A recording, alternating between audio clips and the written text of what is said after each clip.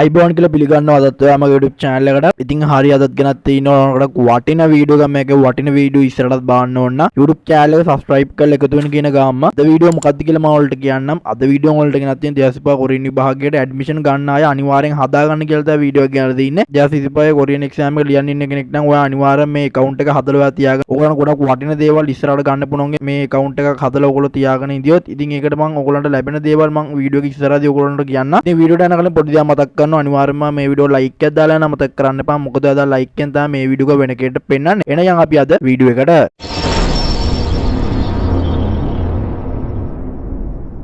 මුලින්ම කරන්න ඕනේ මම ඔයගොල්ලන්ට පින් කමෙන්ට් එකේ link එකක් දාලා ඇති. අන්න ඒ link එක click කරන්න. ඒ link එක click කරාට පස්සේ ඔයගොල්ලෝ මෙන්න මේ වගේ interface එකකට එනවා. ඊට පස්සේ ඔයා කරන්න ඕනේ create new account කියන එක ඔබන්න. ඊට පස්සේ ඔයගොල්ලන්ට මේ වගේ form එකක් එනවා fill කරන්න. ඉතින් ඔයගොල්ලෝ මුලින්ම කරන්න ඕනේ ඔයගොල්ලන්ගේ NIC number එක හරියට දෙන එක. NIC number එක කියන්නේ ඔයගොල්ලන්ගේ ජාතික හැඳුනුම්පත් number එක මෙතනට දෙන්න ඕනේ. ඊට පස්සේ ඔයගොල්ලන්ගේ first name එකයි last name එකයි අහලා තියෙනවා. ඉතින් මේ first name එකයි last name එකයි ඔයගොල්ලෝ දෙනකොට ඔයගොල්ලෝ ඒක capital වලින් දෙන්න ඕනේ අනිවාර්යයෙන්ම. ඊට පස්සේ ඔයගොල්ලන්ගේ මෙතන number එක අහලා තියෙනවා. ඔයගොල්ලෝ අනිවාර්යයෙන්ම ඔයගොල්ලන්ගේ phone එකේ වැඩ කරන number එකක් දෙන්න. වැඩ කරන number එකක් දීලා මෙතන get code කියලා එකක් තියෙනවා. ඒක එබ්බුවට පස්සේ ඔයගොල්ලන්ගේ phone number එකට code එකක් එයි. ඒක verify code කියන දන දෙන්න. ඊට පස්සේ ඔයගොල්ලන්ට තියෙනවා මෙන්න මෙතන ගහන්න ඔයගොල්ලන්ගේ email එකක් වැඩ කරන email එක මෙන්න මෙතන ගහලා කරන්න ඕන. ඔයගොල්ලන්ගේ මෙන්න මෙතන password එකක් ගහන්න දෙනවා. මෙන්න මේ password එක ඔයගොල්ලන්ට මතක තියෙන හොඳ password එකක් දෙන්න. මොකද ගොඩක් කට්ටිය මට කියලා තිබ්බා අයියේ මේ account එක හැදුවට පස්සේ අපිට password එක මතක නැහැ. ඒකට මොකද්ද කරන්නේ කියලා. ඉතින් ඒකට ඔයගොල්ලෝ කරන්න ඕන ඔයගොල්ලන්ගේ මේ password එක හොඳට මතක තියාගන්න ඕනේ. ඉතින් ආ password එක හොඳට මතක තියාගන්න ඔයගොල්ලන්ට තියෙනවා මෙන්න මෙතන create කියලා එකක්. අන්න ඒක ඔබන්න. ඒක එබුවට පස්සේ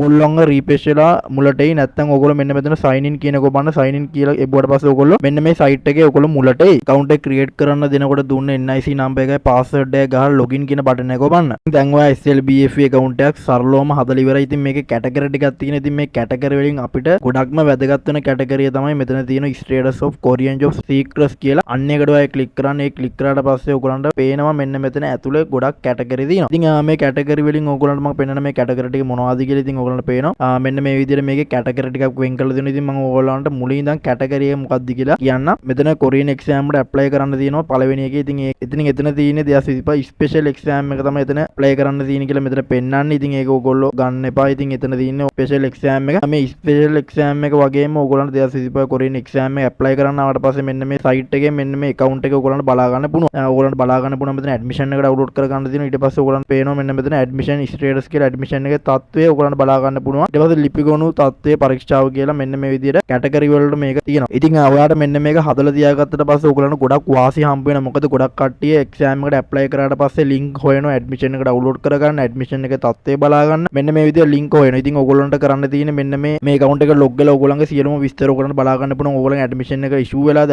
admission එක reject වෙලාද, admission එක download කරගන්න කොහොමද ඔයගොල්ලන්ට ඔක්කොම මෙන්න මෙතනින් බලා ගන්න පුළුවන්. සරලවම ඔයගොල්ලෝ link පස්සේ යන්න ඕනේ නැහැ. ඔයගොල්ලන්ට account එක log වෙලා ඔයගොල්ලන්ට සියලුම දේවල් මෙතනින් බලාගෙන ඉස්සරහට ඒ වැඩ කටයුතු ටික කරගන්න පුළුවන්. ඉතින් මම හිතනවා අද වීඩියෝ එකෙන් මොන හරි දෙයක් ඔයගොල්ලෝ ඉගෙන ගන්නද කියලා මොන හරි දෙයක් ගත්තා නම් අනිවාර්යෙන් මේ වීඩියෝ like එකක් දාලා නමතක් කරන්න එපා. මොකද අද like එකෙන් තමයි මේ වීඩියෝ එක වෙන කෙනෙක්ට පෙන්නන්නේ. මේ වගේ update බලා ගන්න ඕන නම් ඉස්සරහට YouTube channel එක subscribe කරලා YouTube channel එකත් එක්ක එකතු වෙලා ඉන්න කියන ගාම්ම අදට වීඩියෝ ඉවර කරනවා. හැමෝටම බුදු සරණයි. ඊළඟට වැඩ කරන මගේ ඔක්කොටම පුරන්න හරියන්න ඕනේ.